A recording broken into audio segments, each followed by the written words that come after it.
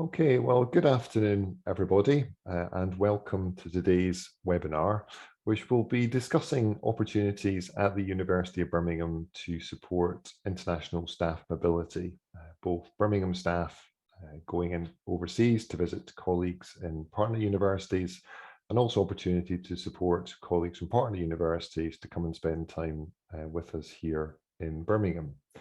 I'll explain a bit more about the background to why we've organised this session and the content that will be covered, but just to explain a little bit about how the session will be structured. The first half will be presentation based, so myself, Claire and Catherine will talk you through a number of the key initiatives. And then the second half of the session will respond to any questions and queries that participants have regarding our presentation. And if you have got any questions or queries, then please write them in the Q&A function, and we'll come back to those after we've finished our presentations and respond to as many as we can. And if we don't get through all of them, then we'll try and pick up the queries and respond via an individual contact after today's webinar. And what we're going to do is we're going to record the first half, which is the presentation half, so it's there as a resource on the intranet so that people can look at if they want to understand a bit more about these staff mobility opportunities. Can you go on to the next slide, please, Richard? Whilst we have this whole range of opportunities and infrastructure at the university, I think the reality is that for many people, they don't really have been given access to understand what does this mean in practice? How do I use these opportunities and initiatives to support the work that I do as an academic or as a professional services member of staff? So what we decided to do as a group of Directors of Global Engagement and Birmingham Global is to set up a number of monthly webinars which try and explain to people a bit more about some of these key initiatives. And if that seems to go well and people find it helpful, then it's something we'll try and repeat next year as well. And we're very open to hearing about topics that people think would be helpful for us to cover. So Richard, you want to go to the next slide? So today, as I said, we're thinking about staff mobility, and we're going to be covering three key areas. The first I'm going to be talking about is the Birmingham International Engagement Fund, and then Catherine's going to be talking about a series of other Birmingham Global managed opportunities, and then Claire is going to be talking about Erasmus Plus mobility, because even though we've left the EU, we've still got access to Erasmus for a short time longer, so it's important that we make the most of that opportunity. Next slide, please, Richard. So yes, I'm going to talk about the Birmingham International Engagement Fund. And one of the other things we wanted to achieve through the webinars was to try and explain to people a bit more about some of the key international contacts that we have at the university, so that everyone can understand a bit more about our roles and responsibilities and how to get hold of us. So I'm the Director of Global Engagement in the College of Social Sciences, and each of the colleges have got a Director of Global Engagement. And we are based on the college board, and we work with other colleagues on the college board, such as heads of school and the directors of research and directors of education, to think through the global strategy for each of the colleges, to identify key activities and to help coordinate those in practice. And in doing so, we work very closely with other colleagues in the college, and depending on how your college configured, that might include a global engagement lead within your individual schools, as well as program directors, research centre leads, and so on. Alongside our college responsibilities, we also have a wider university set of responsibilities, and that's supporting the Pro-Vice Chancellor for International Affairs, Robin Mason, with achieving the wider university aspirations for global engagement. So we will be part of university committees. We will also have responsibilities towards university-wide projects and programs, and we'll also work very closely with colleagues in Birmingham Global. And that perhaps is one of the key things that we can bring to all of you, is that we are a bridge between college and the wider university international infrastructure. We will often know the right person to speak to if you've got a particular idea or issue that you need to address. And if we don't know the person, we'll know somebody who will know the person. So do make use of us as being that sort of specialist resource on international opportunities and infrastructure at the university. Okay, so let's think now about the Birmingham International Engagement Fund in particular. So this is an internal university fund. The university has identified that from its current resources. And its main purpose is to help to strengthen the university's international reputation. It's open to all of our staff, so that's full and part-time staff. It's open to professional services colleagues as well as academic staff. And in relation to academic staff, it's open to research and teaching, but also teaching and scholarly staff as well. So it is really open to all staff within the university. It's not available to PhD students or indeed undergraduate or postgraduate top students. So it's a staff-orientated opportunity. And as I've said, the main focus for the Birmingham International Engagement Fund is to help strengthen the university's international standing and ranking.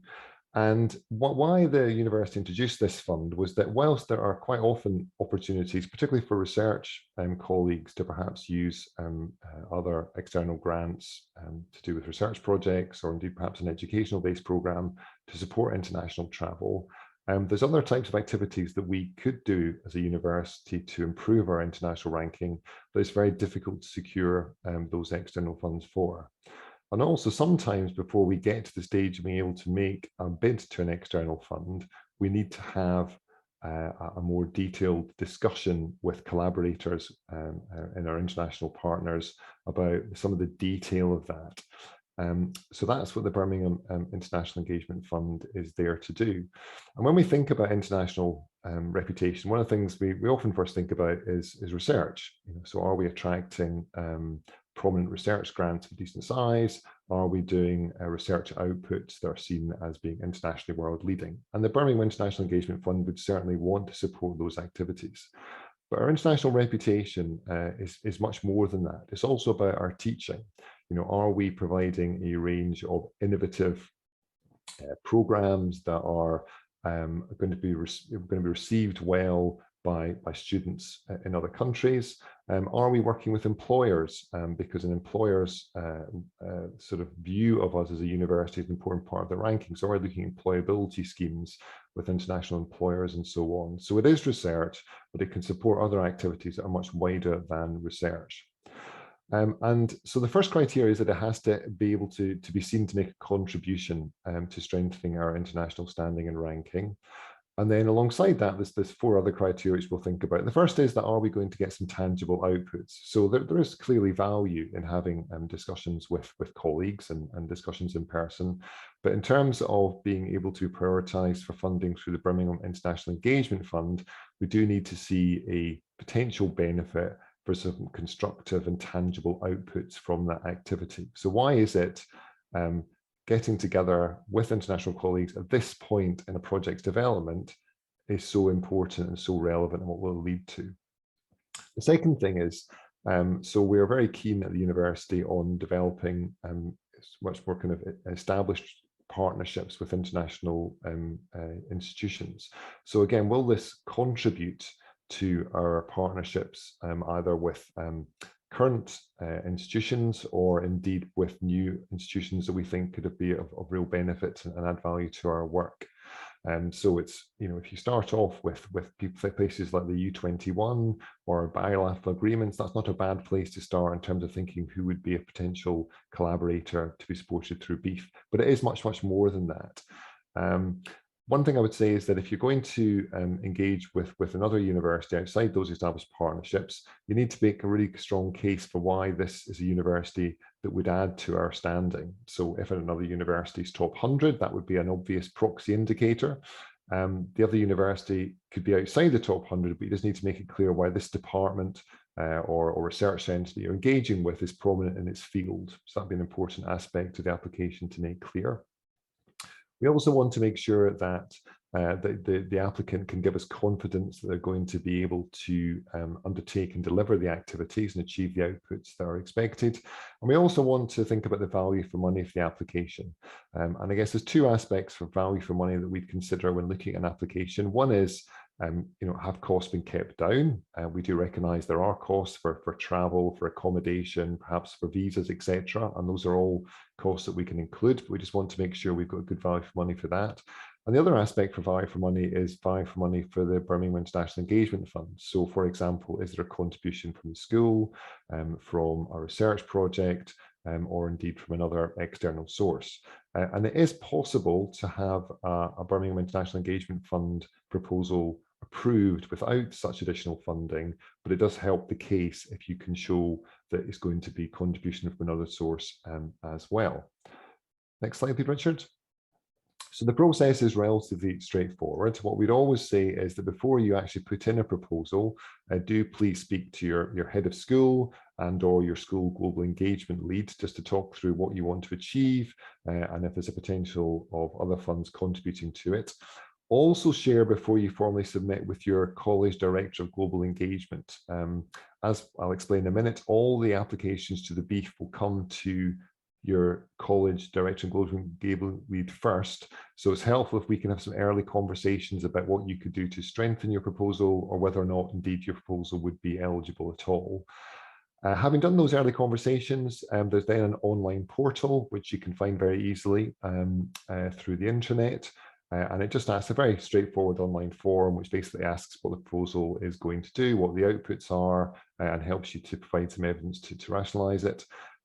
We will then look at it as college global engagement leads. It then goes to the Pro Vice Chancellor, Robin Mason, and then if we approve it, then Alan McKinley at Birmingham Global will process it and identify the money has been allocated. So a relatively straightforward process. And it's very much about how you develop the proposal and how you articulate your case. Okay, so I'll hand it over to Catherine, who's going to talk about her role and other Birmingham Global managed opportunities. Thanks, Robin, and good afternoon, everybody. I'm Catherine Lemon, and I'm an International Development Manager in the Birmingham Global team. Just to help contextualise that, in the international infrastructure that Robin talked about earlier, the Birmingham Global team sits within external relations, and we help shape and implement the university's international strategy. As you will all be more than aware, the university has got international connections and collaborations across the globe. But from a university perspective, we've identified a number of priority key regions. So they are North America, India, China, Europe, and Brazil. So I'm an International Development Manager, primarily responsible for supporting our partnerships and activities in North America, and also a strategic partnership that we've got with the University of Melbourne. And there are a number of colleagues across Birmingham Global who support partnerships and initiatives in our other key regions. I'm going to talk a little bit now about some of the other Birmingham Global managed opportunities that will support staff mobility, both in terms of our staff going overseas and also supporting collaborators from priority countries coming to Birmingham as well. So looking at the US first of all, there are a number of Fulbright opportunities that support both incoming and outgoing staff mobility. The university has got very strong links with the UK US Fulbright Commission. And each year we offer 2 partner awards, which support visiting academics from the US to come and spend time at Birmingham. Fulbright Awards are incredibly prestigious. We attract some really strong US academics through those awards.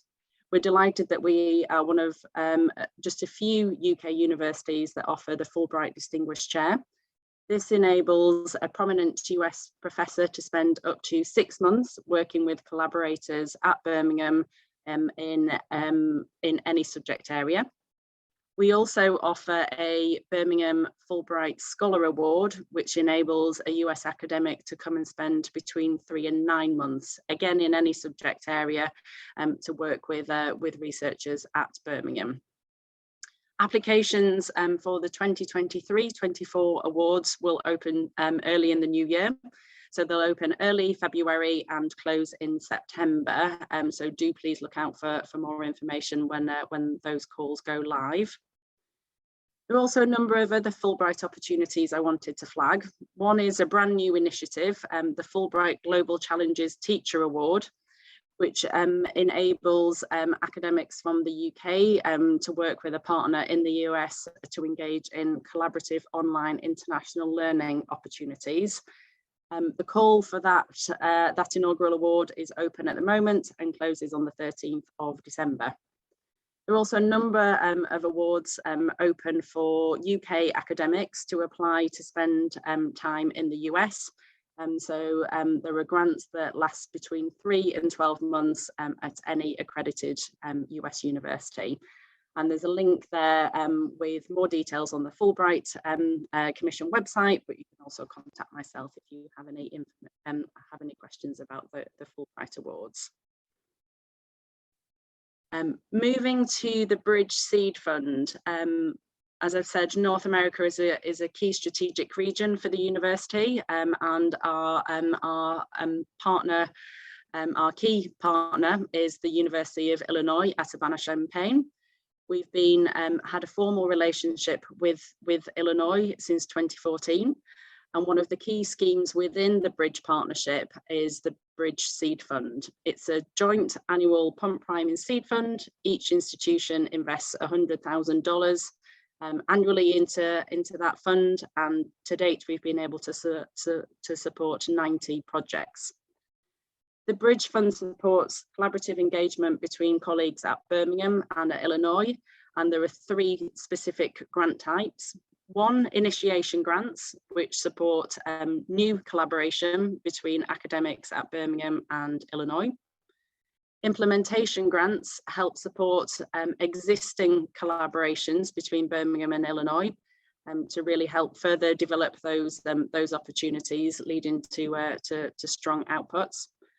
And teaching and learning grants as well, which will help support academics at Birmingham and Illinois develop educational collaboration opportunities as well.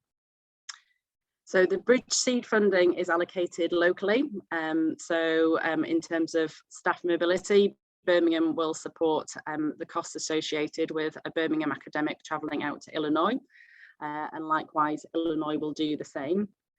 Typically, the maximum amount of funding for implementation grants will be £10,000 or $10,000, and for initiation grants, £6,500 or $6,500. Again, the call for that will be opening shortly. The new call will open in January, close in March, with funding becoming available from August. Thanks, Richard. We also offer a number of schemes in our other priority regions, which help support staff mobility. So I wanted to flag the opportunity, which is a new award for Women in Research Fellowship for Indian female scholars. So this is a new scheme for this academic year, and it will support female scholars from India to undertake joint research in STEM areas and spend up to 6 months with collaborators at Birmingham. So the award will cover a monthly stipend of £1,500 for living expenses and accommodation, and also includes an international airfare as well.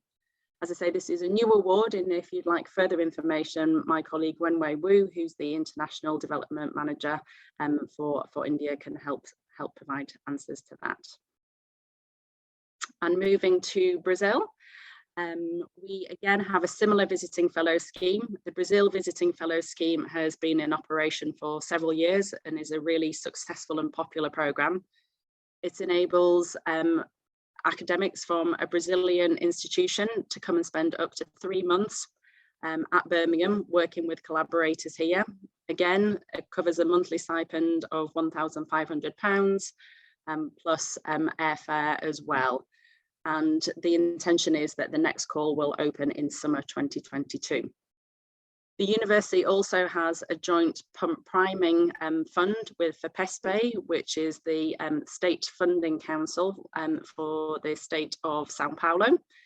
And again, can support research collaboration and staff mobility, both inbound and outbound. It has a total value of 120,000, with projects typically receiving up a maximum of £40,000 for a duration of 2 years. We intend to launch a call in the 21-22 academic year, and we can provide further information when that call is open as well.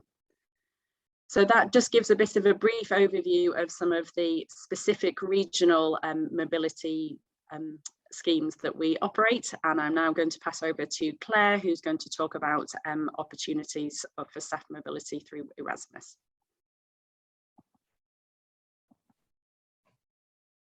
Thank you very much, Catherine, and thank you very much, Robin. And thank you very much to all of our participants today. We've got about 89 people on the call, so I'm really pleased with this turnout. Thank you for attending our inaugural session for this webinar. I have put my video on, but I can't see myself on the screen, but I hope that you can. So my name is Claire Belkadi, and I also work in Birmingham Global with Catherine, and I am the head of Study Abroad. So my team and myself lead on all of the student mobility at the university. And as part of this, we have been managing the university's participation into the Erasmus program. And as part of this Erasmus program, there are opportunities for staff to also travel. And so the staff mobility with the Erasmus program is what I'm going to be talking to you today. So obviously it's opportunities for staff funding, and what I'm going to say today is not relative to the students. So next slide, please, Richard.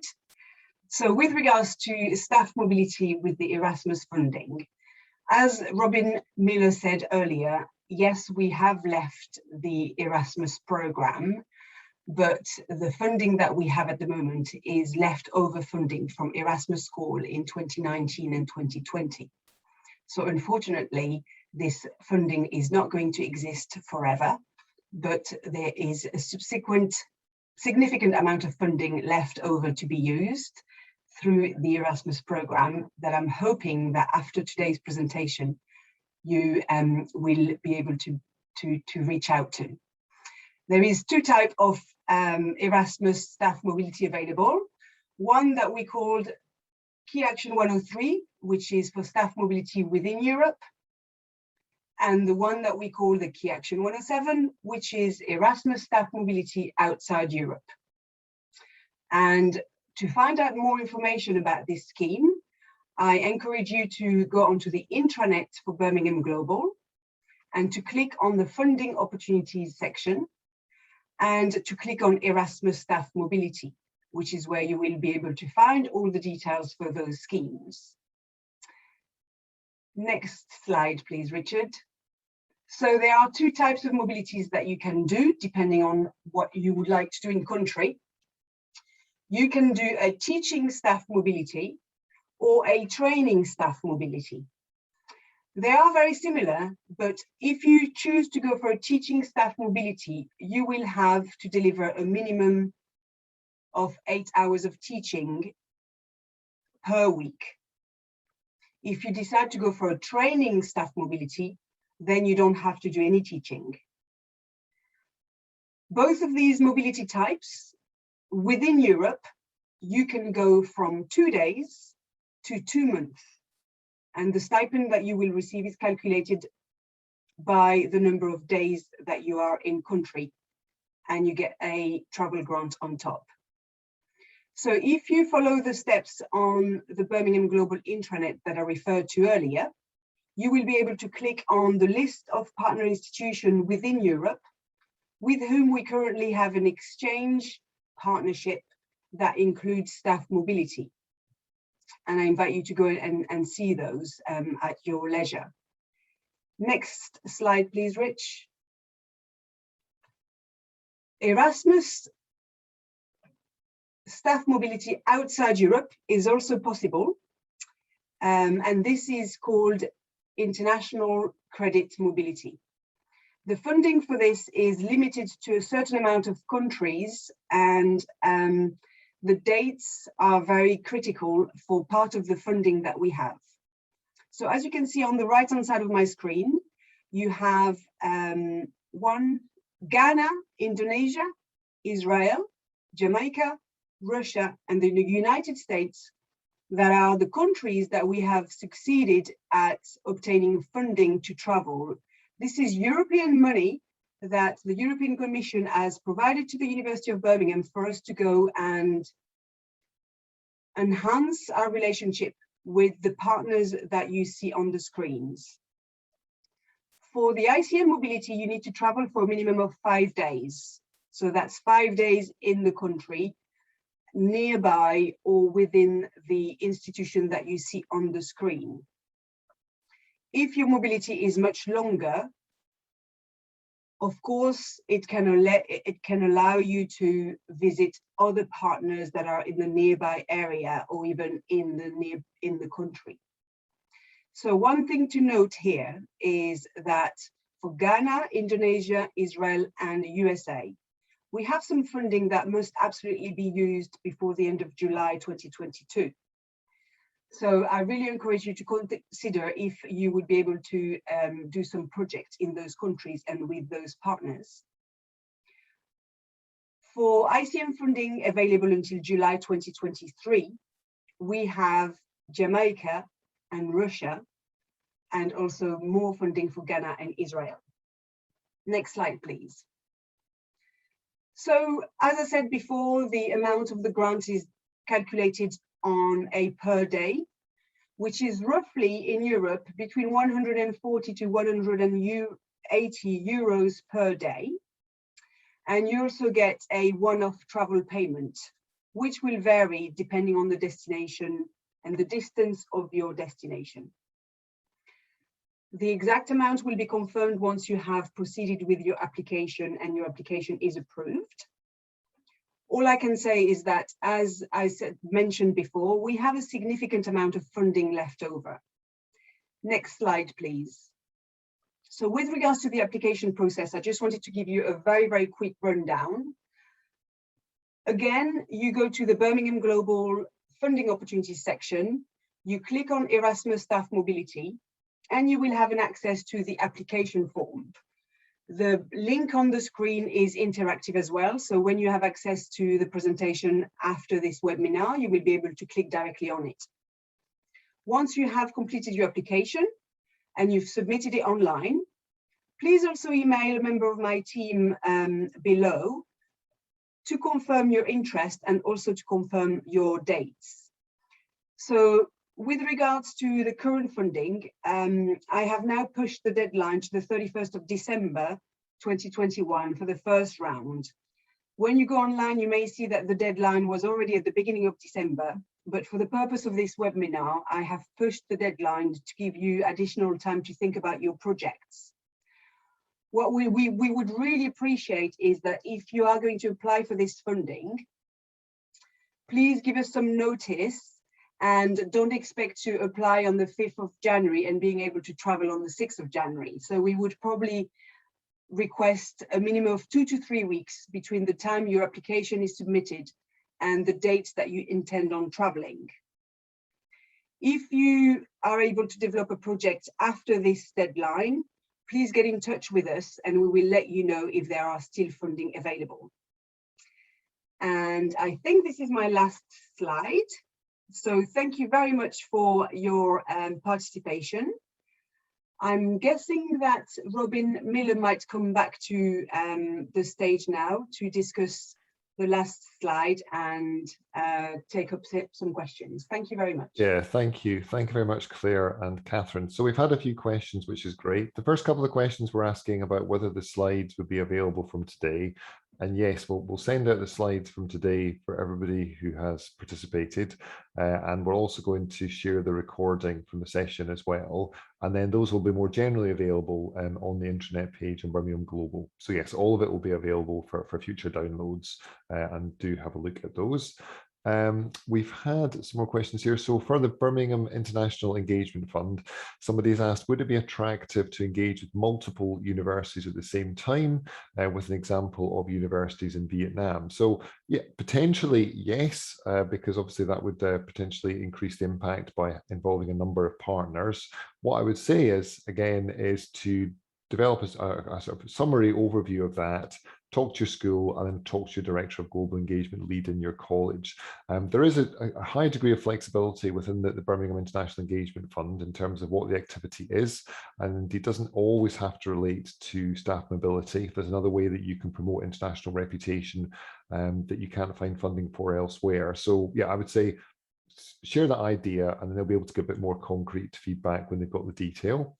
The second question we've got is, do you need to get line manager approval prior to applying for Erasmus Plus staff funding?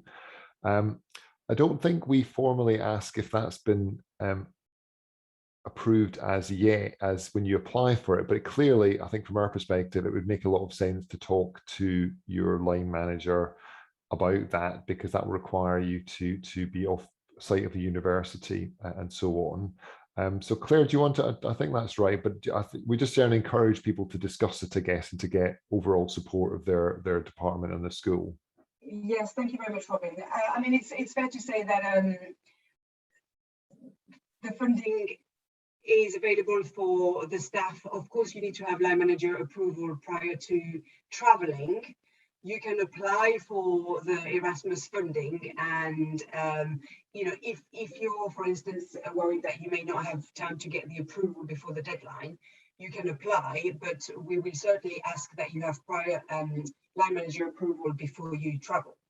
And I can see on the Q&A section, Robin, that there's quite a few questions about Erasmus. So shall I just reply to them? Please do, Claire. Thank you. Fantastic. So does the funding has to be spent before July 2022 means that the mobility has to occur before then? The answer to this question is yes. So for the country on the slide that I particularly said, this is urgent, the mobility needs to happen before July, the end of July 2022. So please think about that rapidly. Erasmus Plus opportunities are available for employees on fixed term contracts, yes, and part-time staff, yes. So absolutely, please do get in touch with us.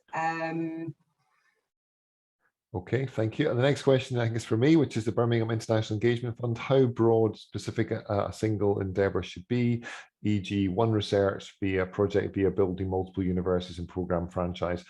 It can be either. It can be a specific collaboration with another university about a specific research opportunity or specific research output, or it could be building a broader coalition of universities. So it could be either of those. So it's quite flexible. If you can make a good case for why the activity should be supported, and then that will be considered. Okay, we're coming in thick and fast, which is good. There's a comment there that the staff mobility intranet doesn't seem to work, which is not good. So we'll make sure we pick that up after the webinar today. We've got. So just to confirm on this, Robin, we have absolutely checked the links before the webinar and it all worked. And since the beginning of the webinar, I've been trying to be able to get the link to put it on the chat and it's not working. But I'm absolutely convinced that as soon as the webinar is finished, all the links will be working again. Yeah, no, that's great. Okay, so we've got three here. Let me see, three I've opened. So we've got one here on the list of partner institutions within Europe on the Birmingham Global site. It seems to only refer to teaching mobility. Does that same list of universities apply for Erasmus Plus training mobility as well? Yes, absolutely. So don't worry about what it says on this document. Concentrate on the name of the institution, which is where we have the Erasmus Exchange Partnership for. And you can do teaching or training at all of these institutions. Okay, that's great. Another question in terms of Erasmus. Somebody's asked a very important question that you mentioned, Claire, that people could visit other institutions within the area, a country that you're going to. If somebody was going to the USA, would it be possible to travel to a different state? And must the institutions you travel to also be Erasmus partners? So the answer to this question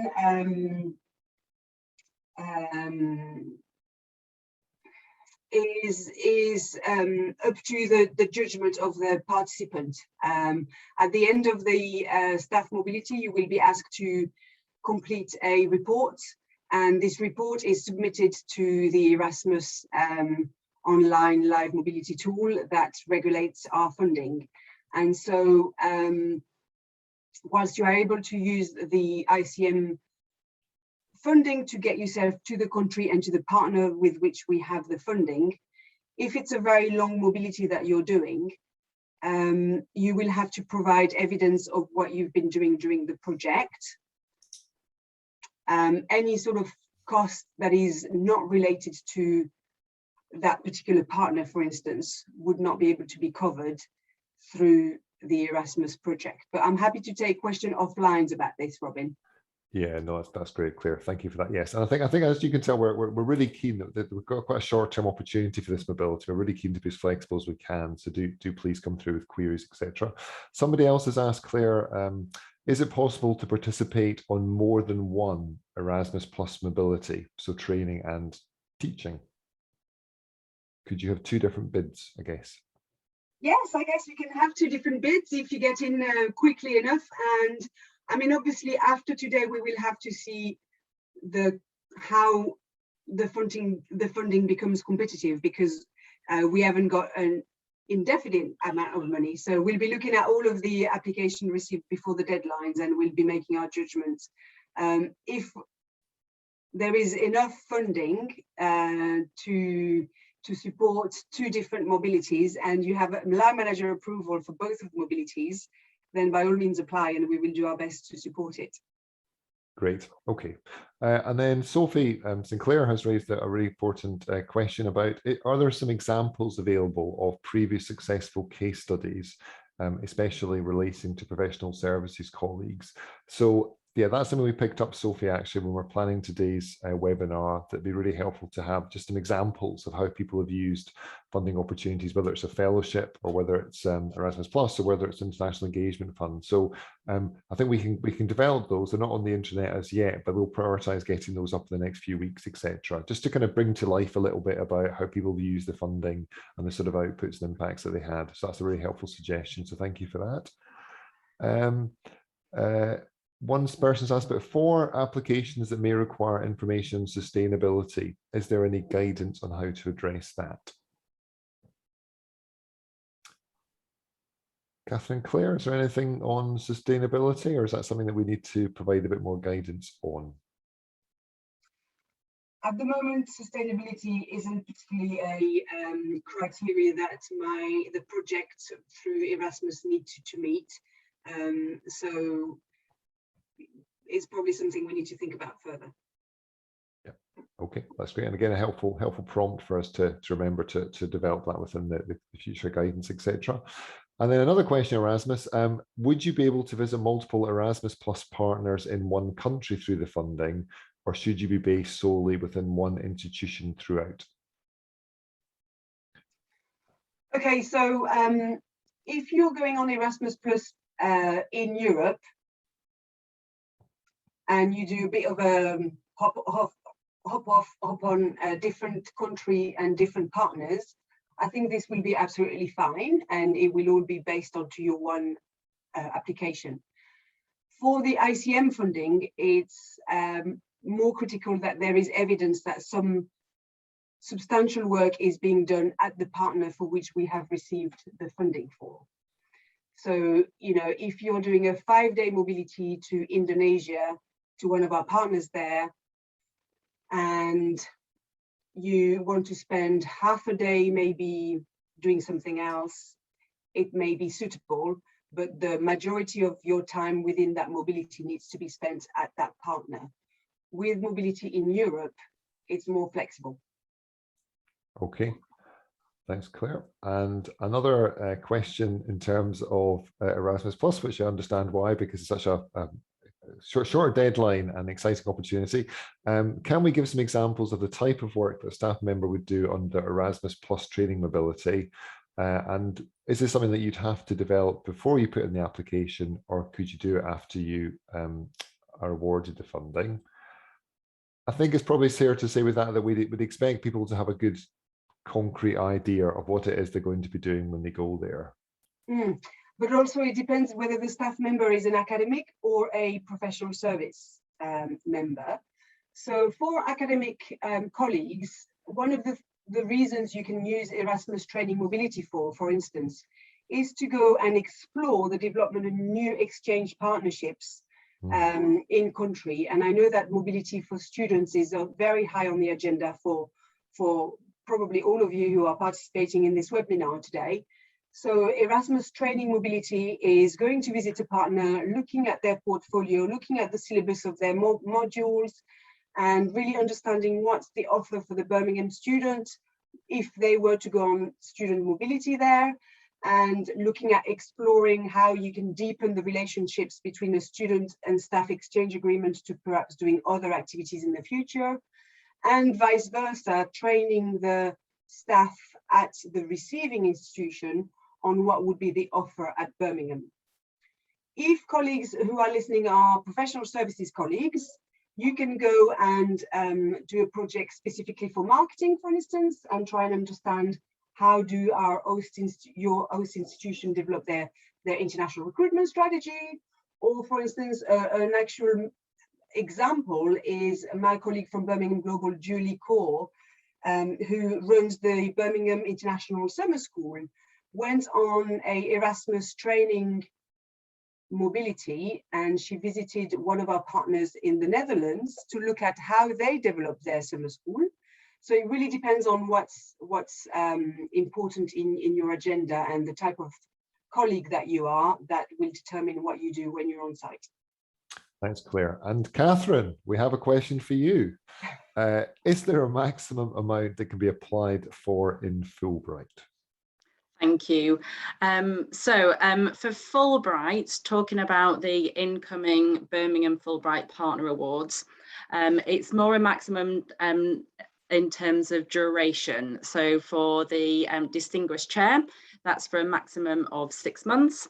And for the Scholar Award, that's for a maximum of 9 months. So there's one award per year, and whoever is successful will be given a monthly stipend. Fulbright will cover the costs of flights and support with visas as well. And then for the outgoing awards for UK academics to go to the US, that's for a maximum duration of 12 months. So it's, so the maximum is more in terms of time rather than finance. Thank you, Catherine. Okay, so I think that's all the questions that we've had, and thanks to everybody who did take the time to post a query and comment, which was very helpful. I think I'll draw things to a close there. I'll say thank you very much to all the people who've attended the webinar today. And as we've said, we will be sharing the slides and the recording in due course. I'll say thanks very much to Claire and Catherine for taking the time to develop the presentations, and also to Richard and Shruti for doing all the backroom, which is just as important as us here on the screen. Richard, would you mind sharing the final slide so we can just tell people what's going to be coming up next in this series? That's great. Okay, so in January, we're going to be sharing some updates on the university's involvement with the Commonwealth Games. Then in February, there's going to be a session on looking at how do we organise international conferences at the university? What are the supports that we can have in terms of arranging venues and recruitment and funding, etc. In March, we're going to be thinking about U21 and what that means and how we can engage with that practically. In May 22, we're going to be thinking about some of our bilateral partnerships, including Melbourne, Illinois, and so on. And then in June, we're going to be thinking about student mobility. So again, thank you for your time. Please do get in contact. That's the whole reason we're doing these webinars, is so that you know who to speak to. And we look forward to finding about some exciting applications that you make to these various fellowships and funds. Thank you very much for your time today.